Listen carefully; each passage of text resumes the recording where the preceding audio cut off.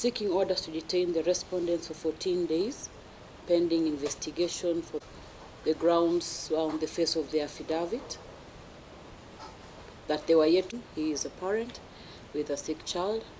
His children need to go back to school. The third respondent, greatly affected by the ongoing happenings. The second, fourth, and fifth accused.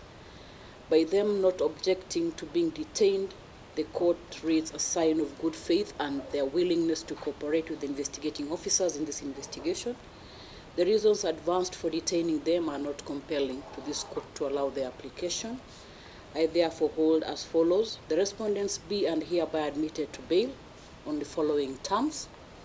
Each respondent shall execute a personal bond of 200,000 shillings each with one surety.